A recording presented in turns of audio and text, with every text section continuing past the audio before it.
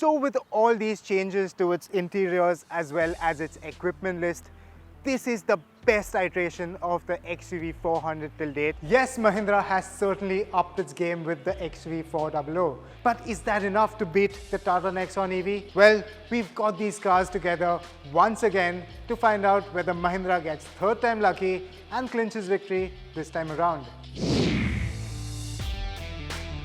The two EVs follow very different design philosophies and seem to cater to different customers. The XUV400 is the larger car, and the copper highlights certainly add flair to an otherwise no-nonsense design. In this company, the XUV400 is the more conventionally styled, but it has its share of sculpted lines and sharp edges to give it a butch character. The Nexon's jazzier styling, exaggerated design cues, and animated LEDs are certainly more youthful and look more modern in this comparison. Which one do you think looks better, the XUV400 or the Nexon EV? Let us know in the comments down below.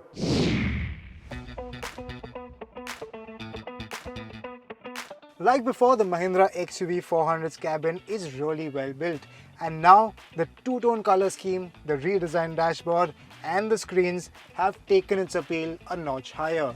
What I really like is that the instrument cluster is very nice, very simple and very neatly executed. The touchscreen is great to use, the sensitivity is very nice, and then the steering looks straight out of an XUV700, and these buttons out here look straight out of a Scorpio N. The seats in the XUV are really nice, the cushioning is really comfortable, and I think this one has the better driving position and overall the better ergonomics. And just like the front seat, the rear seat is really comfortable, it is spacious, and you can seat three abreast quite easily. The XUV400's boot is larger, deeper, and a bit more accommodating compared to the Nexon EV. Too bad you don't get a parcel shelf in this 20 lakh rupee car. But while the interiors of the XUV are modified using parts from other Mahindras, the Tata Nexon's interiors are completely new, and quite honestly, these make a stronger first impression. The colors, the textures, the big screen, all of these certainly have a wowing effect.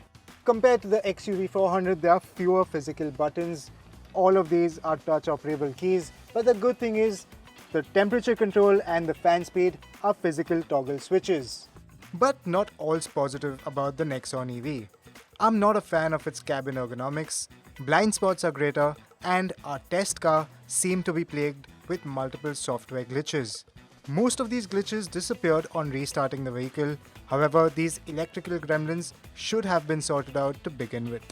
Another thing is the central console feels a bit too bulky and the storage areas aren't as well thought of as the XUV. The seat cushioning in the Tata Nexon is a touch firmer, but it more than makes up for comfort by offering the very useful seat ventilation feature. And while on that topic, let's look at what features these cars have to offer.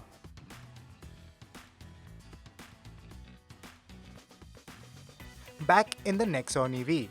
Space isn't an issue in the Nexon. There's decent enough knee room, there's decent enough headroom, although this car is not as wide as the Mahindra.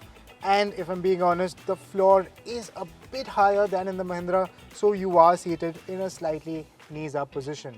The Nexon's 350-litre boot is a bit smaller in comparison.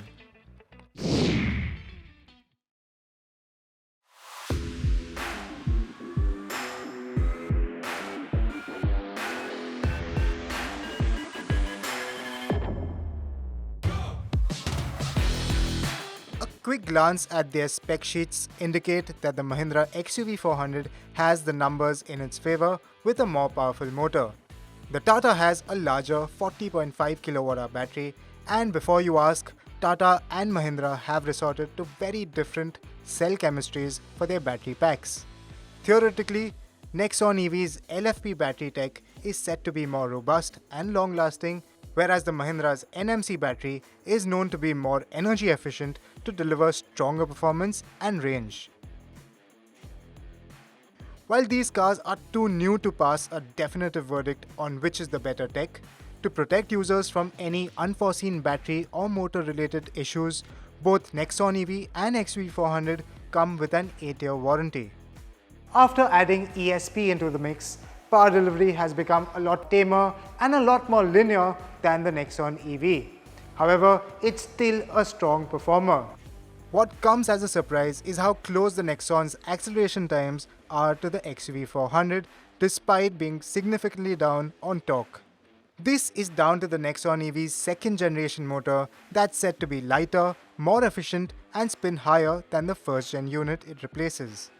Gone is the spiky power delivery of the Nexon EV. Instead, its acceleration feels a bit subdued. Even if you stomp the accelerator pedal, it will roll off the line gradually and the motor will only deliver the full Monty once the car gains momentum, so as to not spin away its wheels and waste energy. In addition, the Nexon EV offers the option of adjusting the regenerative braking via the paddle shifters with 4 levels, level 0 being regen off and level 3 being the most aggressive deceleration.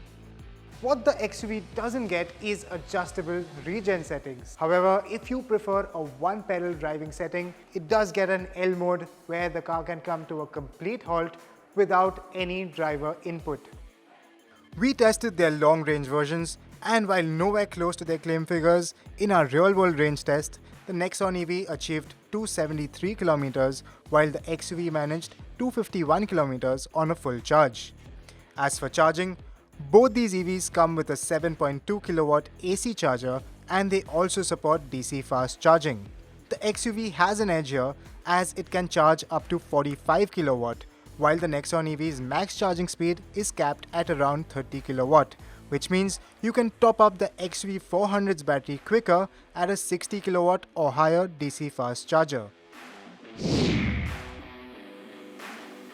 The XUV400 suspension is tuned for comfort, so what you get is a soft and supple ride quality, especially at low speeds and in the city, and it'll really soften the blows from the road shocks really well. The Nexon chassis feels properly stiff, so even though ride quality in the city is not as good as the Mahindra, out on the highway, this one rides flat and composed, unlike the XUV, which can tend to feel bouncy at highway speeds. The Nexon steering is sharper too, and in general the dynamics of the Nexon are far more confidence-inspiring. So this is the car you want to drive in a spirited manner.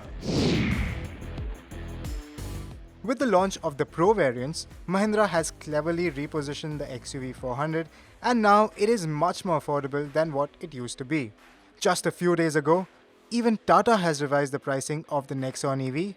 However, the top spec Nexon is still pricier. This iteration of the Mahindra XUV400 is a lot easier to recommend. Buy it if you want a no-nonsense electric SUV. Performance is good, interiors are spacious, low-speed ride quality is good, and it has pretty much all the features that you are looking for. But with this facelift, Tata has moved the goalposts much further. The Nexon EV is packed with tech, with features, with performance, with range, and the overall drive experience is just so good and so convincing that even though the XUV400 comes close, this one remains our choice in this segment.